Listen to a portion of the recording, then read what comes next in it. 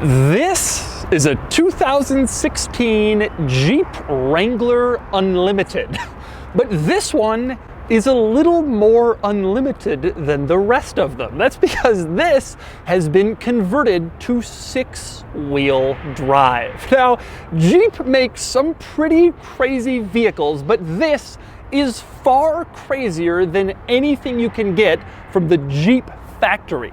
And today, I'm going to review it. I've borrowed this six-wheeled Wrangler from CNC Motors, which is an exotic car dealership here in Southern California with an amazing inventory that includes everything from million-dollar exotics to cool SUVs to classics. They have one of the greatest showrooms of any car dealership on earth, and you can check them out by clicking the link in the description below. So let's talk six-wheeled Jeep. This was a trade-in here at CNC Motors, and it was converted to six wheels earlier in its life. So I don't know who did the conversion or how. What I do know is that it uses the same 3.6 liter V6 that most Wranglers had back in 2016. I also know that it's insane. And the six-wheel drive is just one reason for that. Today, I'm gonna take you on a tour of the six-wheeled Wrangler, which is offered for sale by CNC for just under $100,000, and I'm gonna show you what else makes it so crazy. First, I'm gonna show you around it and show you all of the quirks and features of this bizarre Wrangler. Then I'm gonna get it out on the road and drive it, and then I'm going to give it a Doug score.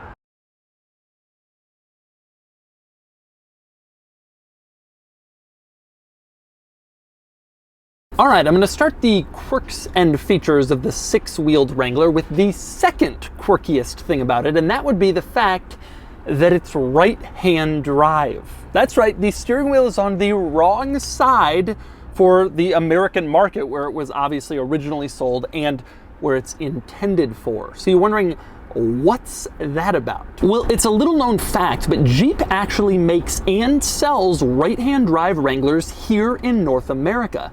And they do it for the Postal Service. Rural mail carriers prefer to sit on the right side because then they're driving along, they can just reach out the window and put mail in a mailbox and then drive along to the next ranch or farm 5 miles down the road. And the reason they prefer Wranglers is because a lot of these rural mail routes are in places with bad weather. Think about the Great Plains of Montana or North Dakota where big snowstorms are possible.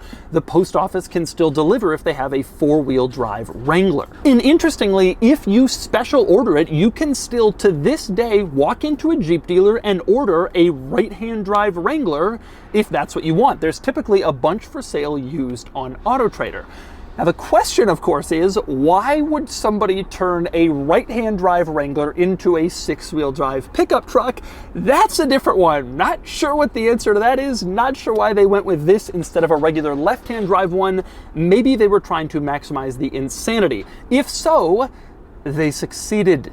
And next we move on to the most insane thing about this Wrangler, which is, of course, the rear wheel situation, because it has 4 of them for a total of 6 wheels. 7 if you count the tire and wheel mounted in back as a spare. Now, the first thing worth mentioning with this is it just looks crazy. Take a look at it from basically any angle, and it just looks far more insane than a regular Wrangler. Everybody sees Wranglers on the street all the time. They don't turn heads at all, but this probably turns everyone's head. It's not too often you see a pickup truck driving by with 6 wheels. Now, like I mentioned before, because this was a trade-in, I'm not exactly sure who did the conversion to 6 wheels or how, but I've done a little detective work, and here's what I think. I'm not sure about the frame. I didn't see any very obvious welds, but that's gotta be how they did it, basically joining 2 frames together to create one longer Jeep. As for the 6-wheel drive, well, it seems to be an illusion. It doesn't look like there's actually a drive shaft going into the transfer case on the rear axle, meaning it isn't a true 6-wheel drive. So it looks like this Jeep is just a 4-wheel drive with the back 2 wheels mainly there for show, at least unless you added a drive shaft to give them power. Now, the result of that is that when you drive this thing around in normal two-wheel drive mode, it is the middle axle that's doing all the moving. That's where power is going, because the rear wheels on the normal Wrangler are the only ones getting power here. If you put it in four-wheel drive, you would have the middle axle and the front axle doing all the pulling, while these are just pretty much along for the ride. Of course, beyond that, this truck has been lifted for more ground clearance because a standard ride height just wouldn't be enough to go along with a six-wheeled Jeep. So you have aftermarket suspension that brings things a little higher. You also have larger tires than a regular Wrangler for better off-road capability and different wheels for sort of a cooler, more exciting look. But to me, the craziest thing about converting this into a six-wheeled Jeep isn't actually putting six wheels on it, it's the bodywork. Because to me, aside from the custom wheels and tires, this thing looks stock. It almost looks like how it could have come from the factory. So how did they do it? Well, pretty much everything you're looking at from your angle is custom. All of this basically had to be either fabricated or figured out from a regular Wrangler. I'm gonna go through some of the more interesting items, starting with this little cap behind the passenger compartment. Now, this is necessary because otherwise the rear seat passengers wouldn't have enough room to actually sit down. The rear seats sit a little bit behind the end of the doors, so they have to put something on to give that extra space to the rear seats. Now, in a normal Wrangler, you can see the cap on the cargo area is normal size. This is standard. You see a million of these Wranglers all the time. Nothing unusual here. But obviously, the one in this Wrangler pickup is half the size. So how did they do it? Well, the answer is they just took the cargo area cap from a regular Wrangler and they shortened it. It was custom made, of course, but they just made it smaller. And the result is these little windows on the side aren't actually windows at all. They're just like plexiglass pieces painted black. You can't see through them from the outside, and you certainly can't see through them from the inside. They almost look like mirrors. It's not actually a window, it's just an illusion. But that isn't the most interesting part of this custom cap back here. That honor goes to the rear window. Because this is pulled straight out of a regular Wrangler, this is the normal Wrangler rear window. And you can see it has a normal rear wiper that you could turn on. It also has hinges, and that means you can open it if you want to. Go into the back behind the seats and you unscrew these little screws. There's one on each side and they screw in pretty firmly in order to keep this in place. But if you unscrew them, you can put down the bottom piece and then you can open up the rear glass just like you can if you're loading cargo into a normal Wrangler, except this time you're creating like a pass-through from the seats to the bed.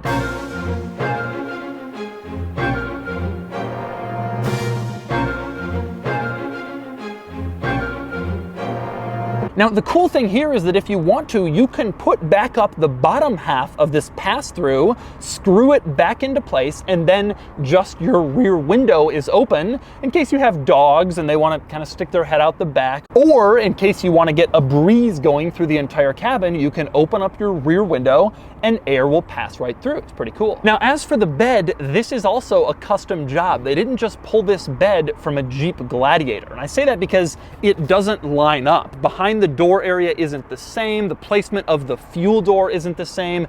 And also, I think this truck was converted into a six-wheel Jeep before the Gladiator even existed. Instead, I think this bed came from just a regular Wrangler. If you look on a normal Wrangler, on the side panel above the wheel arches, you can see it's shaped in a certain distinctive way. And if you come over to the six-wheel pickup and look at that same panel, it's shaped in the same way, just stretched. So my guess is they just stretched out the cargo area of a normal Wrangler, removed all the cargo area-y stuff, and basically rhino lined the whole bed, and that's how you get what you see here. For proof of that, look to the very back of the bed. You can see there are little areas where you can store screws. That's where you're supposed to put the screws if you remove the top so you don't lose them, and that's the same place a normal Wrangler has it in its normal Wrangler cargo area. Now, the next interesting piece of bodywork worth mentioning back here is the rear door, because if you're creating a pickup bed from a vehicle that was originally an SUV, what do you do about the tailgate? And the answer is this is just the regular tailgate door from a Wrangler, just like that's the regular rear window from a Wrangler. Normally they'd be together, but in this case, the window is up there, then there's a bed, and then there's this door. So if you have a Wrangler, you're pretty used to doing this. You just push this, open it up, and it's a pretty simple procedure. This is how all the Wrangler models are. And of course, if we're talking custom bodywork, we have to talk wheel arches. You can see this truck has larger wheel arches, obviously stretched to accommodate its 6 wheels, but also widened to accommodate wider tires and make it look better. I think they look pretty good, and again, they look pretty stock. This whole truck basically looks factory, which is why it's so impressive to me. And next up, our next interesting item here, because this Wrangler is lifted, it can be a little bit hard to get inside. So when you open the door, you have power running boards. You can see they automatically go down to make it easier to step inside. Now that's a pretty nice feature. It would be nice to have on more trucks and Jeeps, but it's really expensive to put in. Think several $1,000s just to do it. So it only makes sense on a 6-wheeled $100,000 Jeep Wrangler like this. But anyway, if you want the power running boards to go away, just close the door. They stay down for a minute, but then they go right back up to increase your ground clearance again so you can go off-roading. And next up, another expensive accessory fitted to this Jeep is this external roll cage, which is basically this big black cage that goes around the entire vehicle. Now, people put external roll cages on off-roaders for safety. They're supposed to absorb the impact if you roll over so your roof doesn't cave in and kill you. In this case, I'm not exactly sure how effective it would be, since this external cage is only mounted in 3 places on each side, and one of those mounting points is on the wheel arch. I don't know if it would actually work, but it definitely looks cool, which I think is why most people probably get external roll cages in the first place, if they're being honest. And next we move on to the front of the 6-wheeled Wrangler, where you have a couple more pricey accessories. One is this steel bumper, which is also color matched. It is a very sturdy thing, and it can push pretty much anything or anyone out of its way. Mounted on the steel bumper, you also have a winch, which is a fairly serious thing. Winches are heavy and expensive, so most off-roaders don't use them unless they're going to really off-road their vehicles, or if they want to look really cool. I'll leave you to decide which was true of the person who converted this Wrangler into a 6-wheeler. And next up, our next interesting item with this Wrangler is under the hood. Now, to get under the hood, you don't have a latch you pull in the footwell. Instead, you undo these little clips on the side, and then from there, you just open it up with a latch in front, so anybody can open up the hood of a Wrangler from this era. Now, when you get under the hood, you can see there's actually nothing really interesting under here. This is the same 3.6 liter Pentastar V6 they used in the vast majority of Wranglers from this era, and it's actually too bad because a V8 under here, a Hemi V8 or an SRT engine, or of course a Hellcat motor, would transform this from regular insane, which it already is, to truly insane, which it could be with more power. And finally, we move on to the interior of the 6-wheeled Wrangler, which is pretty much the same as the interior of most Wrangler models from this era, so I'm not going to go through it in great depth, but there are a few items worth noting. One is all of the little Jeep Easter eggs in the interior. Chrysler has always done a good job of putting little Easter eggs you have to find throughout its interior, almost like they're challenging me to find all the quirks and features. My very favorite is the little graphic of the Jeep climbing the windshield, which you can see at the base of the windshield on the driver's side. You also have a little Jeep headlight and grille graphic at the top of the windshield by the rear view mirror, which is very distinctive and very cool looking. And by the way, one interesting thing about these graphics on the windshield, Chrysler found that when they started putting these graphics on the windshield, people who had windshields break were far more likely to replace a broken windshield with a factory one than some cheaper aftermarket one, because they wanted to keep the graphics. And so that's one reason why they do these little graphic Easter eggs. It's also worth noting there's one more interesting Easter egg in here. If you go into the cup holders, the little space between where the cups would be, you once again have the little Jeep headlights and grille. Something a lot of people wouldn't notice, but if you do, it's a nice little thing that'll put a smile on your face.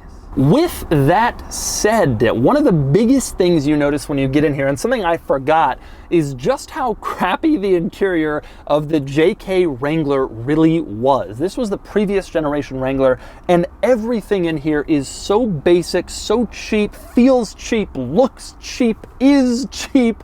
It is just not a very nice place to be. It's been a while since I've been in a JK Wrangler, and you get in a JL model and you can see just how dramatically Jeep moved the game forward since it had been so long since they redesigned the JK. Now, this isn't necessarily a bad thing. This is supposed to be like an off-roader or a beach car. You throw the top off, you get sand in it, you put dogs in it. You don't necessarily want it to be nice. So I don't really mind. But if you're looking for like a nice, luxurious vehicle, you certainly won't find that in a Wrangler. And I forgot just how kind of cheap feeling the interior is in the previous generation model. And by the way, one other interesting item worth noting here is that you can turn this into a convertible. The top is removable, just like on a regular Wrangler. The front part is especially easy. You just twist this little latch above the front seats and you can lift off these front panels and drive around with your roof partially off. If you want to take the rest off, it's a little bit more complicated, and I'm not exactly sure what the pickup conversion did to the back part, if it still is completely removable. But this is not just a six-wheeled right-hand drive Wrangler, it is a six-wheeled right-hand drive Wrangler that can be convertibilized. And so those are the quirks and features of the six-wheeled Jeep Wrangler. Now it's time to get it out on the road and see how it drives. All right, driving the six-wheeled Wrangler. Now, I'm fairly used to driving right-hand drive cars. I've done a bunch of videos with them. I actually have owned two, both Nissans that were imported from Japan, but it's still weird. One interesting thing is a lot of people came up to me while I was shooting this video. They didn't freak out as much about the six wheels as they did about the right-hand drive. Oh my God, a right-hand drive Jeep! Whoa! It's actually not that crazy. You know, Jeep does sell this vehicle in a lot of foreign markets, Australia, the UK, which are right-hand drive. And then there's the postal versions. And like I said, it's fairly easy to find those postal versions. There are a lot of JK Wrangler right-hand drives for sale on AutoTrader if you want something weird. But you shouldn't, because right-hand drive is annoying. So how does the old six-wheeler drive? Well, normal actually. Acceleration was not all that unusual. This V6 was a great engine. I don't know how it is in terms of reliability, but in terms of power and torque, it was strong. Huge upgrade over the old 4-liter Jeep engines, even though those are so durable, they weren't all that fast. Now, in this vehicle, there is a lot of shaking. You can probably see on the camera, just driving down the road, shake, shake, shake. That was common of the JK. I don't actually think that's because this is six-wheeled. The JK is just very, very unrefined. Again, not necessarily in a bad way, because one would argue it's supposed to be unrefined. That's what it was for. Generally speaking, honestly, driving this just feels like driving a Jeep. It's similar to the 6x6 G-Wagon that I reviewed. It just doesn't feel all that different. Obviously, the right-hand drive component makes it feel weird, but the actual six-wheeled extended pickup thing doesn't feel that strange. You don't really think it's odd until you look behind you and you see the two rear wheel arches back there, which is weird. Frankly, it just feels like a JK Wrangler that's been lifted and modified a little bit. It's a good vehicle, but nothing too insane. You do hear some noise coming from the bed back there, some noises in the back that you don't hear in a normal Wrangler. One thing I hate about driving right-hand drive vehicles is lane positioning. If you're used to sitting on the left side, you're used to positioning yourself in the left part of the lane. But when you drive a right-hand drive vehicle, if you try to do that, you'll be half in the other lane. So you have to kind of relearn it. You kind of have to always be thinking about it. I'm actually surprised that I have no complaints really about the driving experience beyond what you get from a normal JK. A lot of times these conversions, when you drive something that's been converted to something else, it feels bad, it feels crappy, not very good. This seems like a well-executed conversion. On the outside, it truly looks like something Jeep made from the factory, and the interior driving around, it doesn't really seem all that different from a regular JK, despite the fact that it has this pickup bed and extra wheels. And so that's the 2016 Jeep Wrangler very unlimited. I love custom cars like this, and this really is one of the craziest Jeeps ever made. Even though I would never buy this vehicle, I'm thrilled that it exists. And now it's time to give the six-wheeled Jeep a Doug score. Starting with the weekend categories and styling, the six-wheeled Wrangler is cool, not beautiful, but surprisingly nice, and it gets a 6 out of 10. Acceleration is slow, and it gets a 1 out of 10. Handling is weak, it's big and lifted and not great around corners, and it gets a 3 out of 10. Fun factor is reasonably high. It's fun to drive and look at and off-road, though the extra weight and size actually probably makes it less capable off-road than a normal Wrangler, at least without the rear axle hooked up, and it gets a 6 out of 10. Cool factor is pretty high. This turns a lot of heads, and it gets a 7 out of 10 for a total weekend score of 23 out of 50. Next up are the daily categories and features. It has the basics, but not much else, and it gets a 4 out of 10. Comfort is below average, but not terrible, and it gets a 4 out of 10. Quality of the interior is weak, but these are relatively robust, at least in four-wheeled form. Who knows about a converted six-wheeler, but I'm going to give it a 6 out of 10. Practicality is okay. It's got 4 doors and a pickup bed, but its larger size makes it a bit difficult to drive. Plus, there's the practicality of finding body panels if something happens. It gets a 6 out of 10. Finally, value, and this is cool, but is it $100,000 cool? For me, it's hard to believe, and it gets a 5 out of 10 for a total daily score of 25 out of 50. Added up, and the Doug score is 48 out of 100, which places it here against other weird off-roaders and SUVs and Jeeps I've tested. This Wrangler has no real rival, but it's certainly a special vehicle, and I'm glad I had the chance to check it out.